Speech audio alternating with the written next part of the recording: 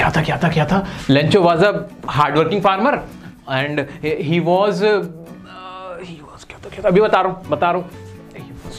क्या याद किया था? Lencho was hard working farmer.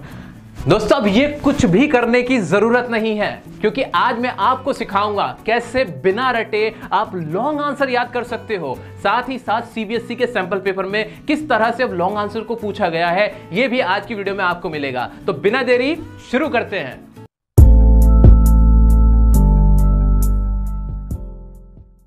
बड़े से बड़ा लॉन्ग आंसर बहुत ही आसानी के साथ याद कर पाओगे अगर मेरे बताए ये 3 स्टेप फॉलो कर लिए। लेकिन इससे पहले आप मुझसे एक प्रॉमिस करो कि आप आज से और अभी से लॉन्ग आंसर्स को रटना बंद कर दोगे। कमेंट में प्रॉमिस करके दिखाओ तो मैं आगे बढ़ूंगा। कर दिया प्रॉमिस? बिल्कुल। चलो आगे बढ़ते हैं। तो मैं आपको बताता हूं 3 स्टेप्स जिनको आपको फॉलो करना है और फिर कोई भी लॉन्ग आंसर आ जाए आप बड़ी आसानी के साथ उसको याद कर पाओगे। पहला, I don't have to learn। इसका मतलब तो यह हुआ कि मुझे याद करने की जरूरत ही नहीं है, मुझे याद करना ही नहीं है। बिल्कुल, जब भी आप लॉन्ग आंसर को याद करने बैठो ना तो अपने माइंड में यह रख लो कि मुझे इसे रटना ही नहीं है, मुझे इसको याद करना ही नहीं है। इतना अपने माइंड में क्लियर कर लो। बिल्कुल कर लिया। ये इसी तरह से है कि आप बाजार गए अपने लिए कपड़े खरीदने, लेकिन जब आप बाजार में गए ना, आप इस नियत से गए कि मुझे कपड़े खरीदने ही है, उसी दिन आपको अच्छे कपड़े नहीं मिलेंगे, लिख के रख लो। लेकिन अगर आप ऐसे ही टहलते हुए जाते हो, अपने दिमाग में रखते हो कि नहीं मुझे कुछ खरीदना नहीं, आज तो मुझे खरीदना ही नहीं, पैसे ही नहीं मेरे पास, उसी दिन आपको सबसे अच्छी चीज पसंद आती होता है कि नहीं। तो यही चीज आपको अपना लॉन्ग आंसर याद करते हुए रखनी है कि आपको यह सोचना है कि I don't have to learn, मुझे याद ही नहीं करना, बस उससे रैंडमली ऐसे ही पढ़ना है कैजुअल मैनर में। कर लोगे इतना काम? बिल्कुल कर लोगे। अब देखते हैं नेक्स्ट स्टेप क्या है। दूसरा स्टेप है, देखते हैं क्या है सर दूसरे स्टेप में ऐसा खास। बहुत इंपॉर्टेंट स्टेप है। दूसरे में आपको क्या करना है?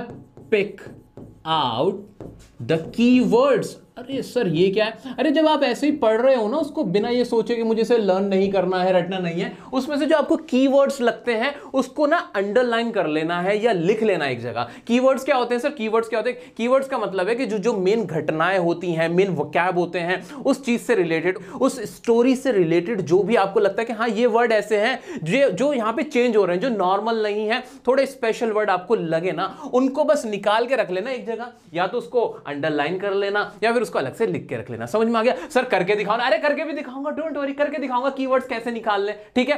अब तीसरा काम जो बहुत इंपॉर्टेंट है, जल्दी से बता देता हूं, मुझसे रहा नहीं जा रहा, मुझसे सब्र नहीं हो रहा। तीसरा काम क्या है आपको? अरे सर क्या करना है? लिख कर देखना है।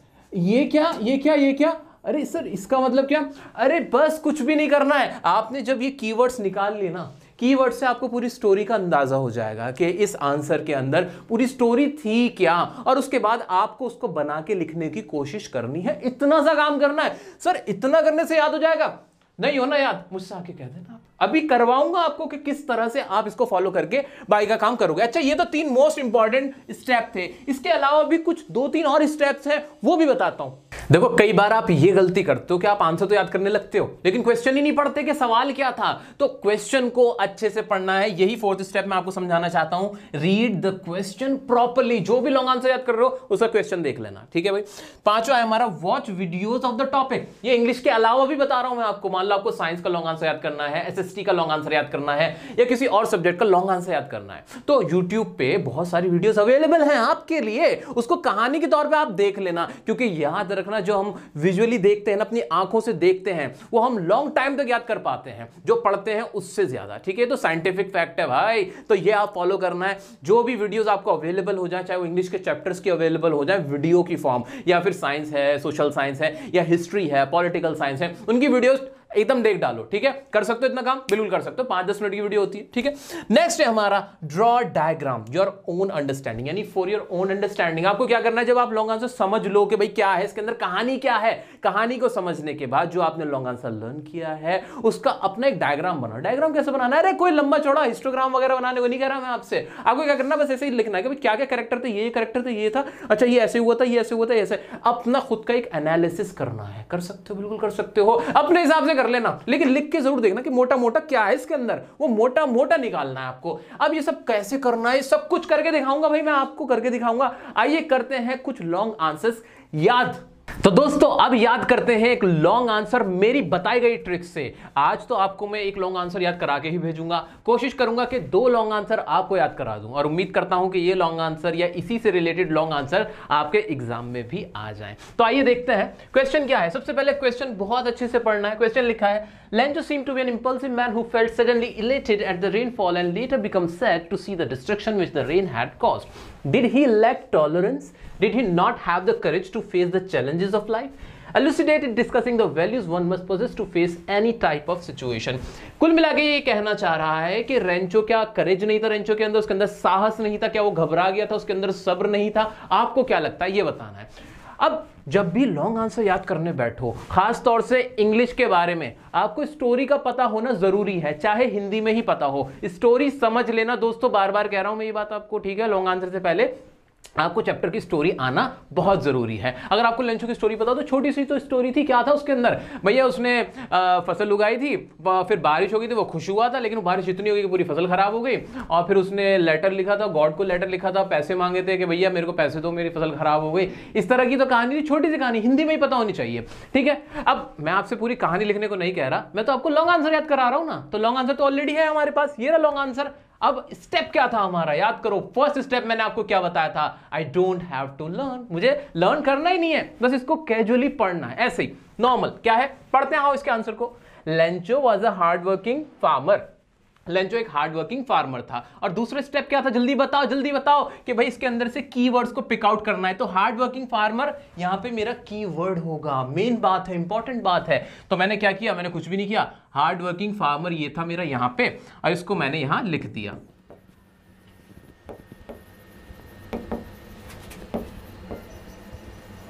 ठीक है, पहला मैंने अपना कीवर्ड निकाल लिया। आगे बढ़ते हैं। He had grown corn in his field, ठीक है, उसने क्या उगाया था, कॉर्न उगाया था। तो यहां पे मैंने इसको भी यहां मार्क कर लिया और इसको भी मैंने अलग से लिख लिया। सेकंड मेरा क्या हो गया, कॉर्न, ठीक है, okay.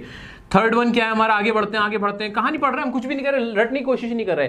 And was anxiously hoping for a good rain, ठीक है। तो यहां वर्ड मैंने यूज किया एंशियसली, इसको भी मैंने अपना कीवर्ड बना लिया। कीवर्ड बनाते जाओ, 8-10 वर्ड में पूरा आपको याद हो जाएगा। मैं आपसे बता रहा हूं, ये बात कोई नहीं बताएगा आपको, ठीक है। He was very happy to see the rain but he became despaired, फिर क्या हो गया, डिस्पेयर्ड हो गया, उदास हो गया, इस तरह का इसका मीनिंग निकलेगा, ठीक है। तो फोर्थ में यहां लिख देता हूं डिस्पेयर्ड। आगे बढ़ते हैं। On seeing the destroyed crop in his field by the storm. अब यहाँ पे भी क्या बात थी, डिस्पेयर्ड ऑन सीइंग, भाई वो बहुत ज्यादा उदास हो गया था डिस्ट्रॉयड क्रॉप को देख के इन फील्ड में, किसकी वजह से, स्टॉर्म की वजह से, ठीक है। स्टॉर्म तूफान, तो तूफान के लिए भी मैं यहाँ पे इसको भी मैं अपना कीवर्ड बना लूंगा, स्टॉर्म, ठीक है। आगे बढ़े। No doubt he had tolerance and the courage to face the challenges in his life. He had a very firm and deep faith in God. अब इसमें क्या था, फर्म एंड डीप फेथ, ठीक है, गॉड में थी। तो इसको भी मैंने क्या किया, कीवर्ड बना लिया। तो यहां पे मैंने क्या लिखा सिक्स्थ में कि फर्म डीप फेथ। फेथ मतलब क्या होता है भाई, कि उसके मन में ना श्रद्धा थी, गॉड के लिए बहुत विश्वास करता था गॉड में, बड़ा सीधा सा बालक था ना हमारा ये लड़का, इसका नाम क्या था, लेंचो, ठीक है। आगे बढ़े हम फिर। God and after the destruction of his field he was still hopeful that everything will be all right, everything will be all right. His firm faith in God made him write a letter to God and the tolerance in him kept him waiting for the reply, ठीक है। तो उसने क्या किया था भाई, उसने, सबको पता था भाई, लेटर टू गॉड को एक लेटर लिख दिया था और भाई वो इंतजार कर रहा था। ही आस्क्ड फॉर 100 पैसोस, यहाँ पे इंपॉर्टेंट है, उसने क्या 100 पैसों मांगे थे, इसको मैंने अपना कीवर्ड बनाया। फिर क्या किया था, उसने 100 पैसे मांगे थे ना, गॉड को लेटर लिख के 100 पैसों। देखो अभी जादू होगा, जादू आप लोग करोगे, जादू होने वाला है। अभी देखो 7th हो गया, ठीक है जी। अब 8th में यहां लिख देता हूं, 8th यहां लिख रहा हूं मैं, ठीक है जी। अब आगे क्या था, फिर उसके बाद क्या हुआ, and was confident of receiving the amount, भाई उसको लगता था कि उसको 100 पैसों मिल जाएंगे। उसके बाद हुआ, he accepted 70 paisas and again face the situation by writing a second letter demanding for the rest of the 30 paisas. यहाँ 70 पैसों को मैंने यहाँ पे अंडरलाइन कर लिया, कितना हो गया, 70 पैसोस, ठीक है। देखो क्या कर रहे हो सर, बड़े बस कीवर्ड निकाल रहा हूं, जो इंपॉर्टेंट बातें हैं ना, वर्ड है, उनको निकाल रहा हूं। And face the situation by writing a second letter, यहां तक हो गया था हमारा। His faith in God was not shaken, he tackled the situation bravely, in the same way we should face all situation courageously, we should be tolerant and should never lose faith. यहां पे मैं चाहूं तो और भी word बना सकता हूं, ये आपके ऊपर डिपेंड करता है। आपको लगता है कि मेरे को और वर्ड बनाने हैं तो और बना सकते हो, अदरवाइज मेरे लिए इतने काफी हैं। अब मैं क्या करने वाला हूं, अब मैं इसको हटाने वाला हूं। ये मैं करा, मैंने सेलेक्ट, और ये रहा मेरा, और इसको मैं यहां से हटा दिया, मैंने इसको यहां से हटा दिया, ठीक है। अब इसको सेलेक्ट करके इसको भी यहां से मैं हटा रहा हूं। अभी बहुत ध्यान से देखना, जो भी मैं करूंगा बड़े ध्यान से देखना है आपको। बहुत प्यारी बात आपके सामने आएगी और आपको हलवा लगेगा सब कुछ, ठीक है। चलो जी, क्वेश्चन आपके सामने है, बिल्कुल है। आंसर आपको लिखना है, कैसे लिखना है? इन वर्ड्स को याद करके। पहला वर्ड है हार्ड वर्किंग फार्मर, पहली लाइन तो यहीं से याद आ गई। क्या कहानी, क्या है कहानी बतानी है, तो कौन था hard working farmer? Lencho was a hard working farmer. इतना क्लियर है कि नहीं? बिल्कुल क्लियर है। इससे मुझे पहली लाइन याद हुई, ठीक है जी, इससे मुझे पहली लाइन मेरी याद हो गई। ओके, नेक्स्ट है हमारा, उसने क्या किया था? उसने कॉर्न की फसल उगाई थी। क्या कहते हैं? He had grown corn in his field. तो कौन से याद आ गया कि नहीं याद आ गया? बिल्कुल याद आया। फिर क्या हुआ था? एंशियसली, एंशियसली से क्या याद है भाई? वो वेट कर रहा था किसका? रेन का वेट कर रहा था ना। एंशियसली, एंशियसली से याद आया कुछ? हाँ, रेन का वेट कर रहा था, बिल्कुल। He was waiting for the rain anxiously, इतना लिख सकते हो, बिल्कुल। फिर क्या हुआ? वो डिस्पेयर्ड हो गया, डिस्पेयर्ड मतलब उदास हो गया। क्यों हो गया था? बहुत परेशान क्यों हो गया था? जब उसने देखा कि भाई रेन बहुत ज्यादा हो गई थी, उसकी क्रॉप क्या हो गई थी? डिस्ट्रॉय हो गई थी। किससे?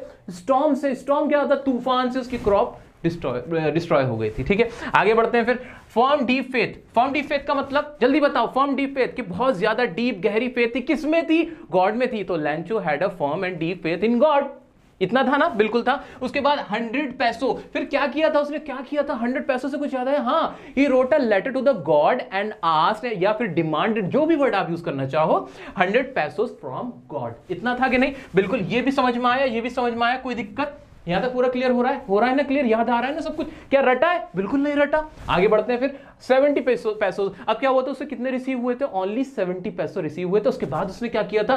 सो he wrote another letter for the rest 30 पैसों। ये तो था। नेक्स्ट देखते हैं, टॉलरेंट। अब टॉलरेंट से कहते हैं ना, लेंचो जो था वो टॉलरेंट था, उसने अपनी उम्मीद नहीं खोई थी, उसने सेकंड लेटर भी लिखा था। तो हम क्या कह सकते हैं भाई? जो लेंचो था हमारा, वो क्या था? वो करेजियस भी था और वो टॉलरेंट भी था। क्या इस तरह से आपको मुश्किल से 2 मिनट में आंसर याद हुआ कि नहीं हुआ? सच सच बता दो मुझे। क्या यही चीज अगर आप 2-3 बार रिपीट करते हैं तो 150 वर्ड्स दोस्तों, 150 वर्ड्स में है ये। और ये आपको मैंने हैंड टू हैंड यहां पे याद करा दिया कि नहीं करा दिया? आओ चलो एक और क्वेश्चन देखते दोस्तों। इसी तरह से एक और इंपॉर्टेंट चैप्टर है आपका ग्रिफिन वाला। ग्रिफिन का भी क्वेश्चन पढ़ लेते हैं और उसका आंसर आप करोगे बिना रटे। आइए देखते हैं। पेन हाथ से गिर गया, पेन उठा लेते हैं। सो ओके, क्वेश्चन है, Griffin is a talented scientist but he misused his invention. The lesson we learn from his example is that the misuse of a scientific discovery can play havoc with humanity.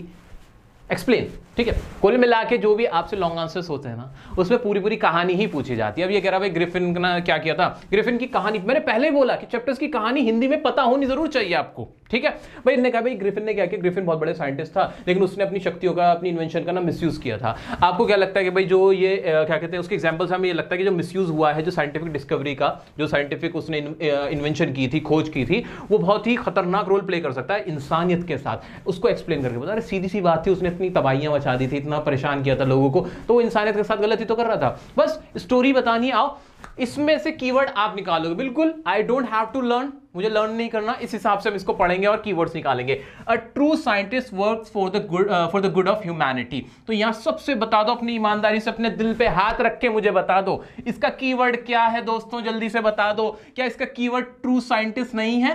क्या मैं यहां true scientist ना लिखूं? Sir लिखो ना sir, लिखो। जैसे ही मेरे दिमाग में ट्रू साइंटिस्ट आएगा, मैं समझ लूंगा मेरी पहली लाइन क्या होगी कि ट्रू साइंटिस्ट क्या करता है भाई? Work for the good of humanity करता है, कि ह्यूमैनिटी के लिए बहुत अच्छा काम करता है। He wants to make man's life easier, more comfortable and enjoyable. ठीक है, ये मेरे को इतना रटने की जरूरत नहीं है, इसको याद करने की बिल्कुल कोई जरूरत नहीं है, क्योंकि बहुत ही लॉजिकल है भाई। अगर वो ह्यूमैनिटी के लिए काम करेगा भाई, लोगों की लाइफ को इजी बनाएगा, कंफर्टेबल बनाएगा, इंजॉयबल बनाएगा। He does not misuse his discoveries for personal gain. यहां पे इंपॉर्टेंट है पर्सनल गेन्स। अगर ये याद आ जाएगा तो पूरी लाइन याद आ जाएगी। क्या है जी? पर्सनल गेन्स है भाई। अब पर्सनल गेन्स सोचते ही मुझे क्या याद आएगा कि भाई जो ट्रू साइंटिस्ट होगा वो कभी भी मिसयूज नहीं करेगा अपने पर्सनल गेन के लिए। पूरी ये लाइन याद आ जाएगी मुझे, he doesn't misuse his discoveries for personal gains और सेल्फिश एंड्स। ठीक है, but Griffin though a brilliant scientist misuses his discovery. यहां पे मिसयूज वर्ड आप लिख सकते हो, जितने मर्जी आप चाहे लिख सकते हो, आपके ऊपर डिपेंड करता है। अगर आपको लगता है कि थोड़े कीवर्ड ज्यादा होने चाहिए तो 2-4 और बढ़ा लेना, कोई बड़ी बात नहीं है। तो भाई मिसयूज क्या करता है? डिस्कवरी करता है। ग्रिफिन क्या करता है? ब्रिलियंट साइंटिस्ट के बावजूद वो अपनी जो डिस्कवरी उसका मिसयूज करता है। By his experiment he has been able to make his body transparent and invisible. चाहे तो वर्ड ट्रांसपेरेंट को कीवर्ड बना लो या इनविजिबल को बना लो, आपको याद आ जाएगा कि यहां पे इसका मीनिंग क्या निकल रहा था। उसने क्या किया था? अपनी डिस्कवरी से, अपनी इन्वेंशन से उसने ह्यूमन बॉडी को क्या कर दिया था? इनविजिबल या ट्रांसपेरेंट बना दिया था। He uses discovery to puzzle people. या पजल वर्ड आप ले सकते हो जिससे आपको याद आ जाएगा। क्या किया था उसने? पजल करता था, वो लोगों को हैरान करता था। पीपल एंटर स्टोर्स, फिर उसने क्या किया था? Shops and seen rob people of their money और थैंक्स एंड स्केप्स, और भाग जाता था। अब उसकी करनी तो बतानी है, क्या करता था वो लोगों को पजल कैसे करता था भाई? रॉब करके, उनके लूट मार्ट करके, स्टोर्स में घुस के, इस तरह से। He sets fire to the house. Sets fire, लो ये आपको याद रखने के लिए काफी है। He set fire. ठीक है, इस तरह से आप आगे बढ़ते चले जाओगे, कीवर्ड निकालते चले जाओगे और बाद में आपको पूरा लॉन्ग आंसर अपने आप याद हो जाएगा। दोस्तों कमाल की ट्रिक है, मुझे उम्मीद है आप ये बहुत अच्छे से करोगे। एक और इंपॉर्टेंट चीज बता देता हूं, कुछ बच्चों ने मुझसे पूछा था कि सीबीएसई का जो सैंपल पेपर अभी न्यूली लॉन्च हुआ है, उसके अंदर जो लॉन्ग आंसर है, उसका जो क्वेश्चन पूछा गया है वो थोड़े डिफरेंट तरीके से पूछा गया है, तो वो कैसे अटेम्प्ट करना है। दोस्तों एक ही आंसर है इसका, ध्यान से सुनो। आपको स्टोरी पता होनी चाहिए। क्या पता होनी चाहिए? स्टोरी पता होनी चाहिए। जो सीबीएसई में सवाल पूछा गया था उसमें भी क्या किया गया है कि 2-3 लाइंस ना चैप्टर से एज इट इज लिख दी गई और कहा कि भाई ये ऐसा क्यों कहा गया था, किस कॉन्टेक्स्ट में कहा गया था, किसी भी कैरेक्टर ने, इस तरह से सवाल पूछा गया है। लेकिन अगर मुझे स्टोरी पता है, ओवरऑल स्टोरी अगर मैं जानता हूं तो मैं उसका सही आंसर लिख सकता हूं। तो आपको स्टोरी को समझना है, हिंदी में ही समझना है, और लॉन्ग आंसर्स को इस तरह से अगर ये आप याद कर लोगे तो आपको वो आंसर करने में भी आसानी होगी। उम्मीद है आपको ये वीडियो पसंद आई होगी। अगर कोई भी डाउट आता है आप हमसे इंस्टाग्राम पे पूछ सकते हैं। चैनल को अगर सब्सक्राइब नहीं किया तो जल्दी से सब्सक्राइब कर लो। आपके लिए ऑलरेडी इंग्लिश और मैथ्स की बहुत सारी वीडियोस बनी हुई है, प्लेलिस्ट जाके चेक कर सकते हो। बेल आइकन को जल्दी से प्रेस कर लेना, आपको नोटिफिकेशन मिलते रहेंगे। मिलते हैं नेक्स्ट वीडियो में नेक्स्ट टॉपिक के साथ, तब तक के लिए बने रहें डियर सर के साथ।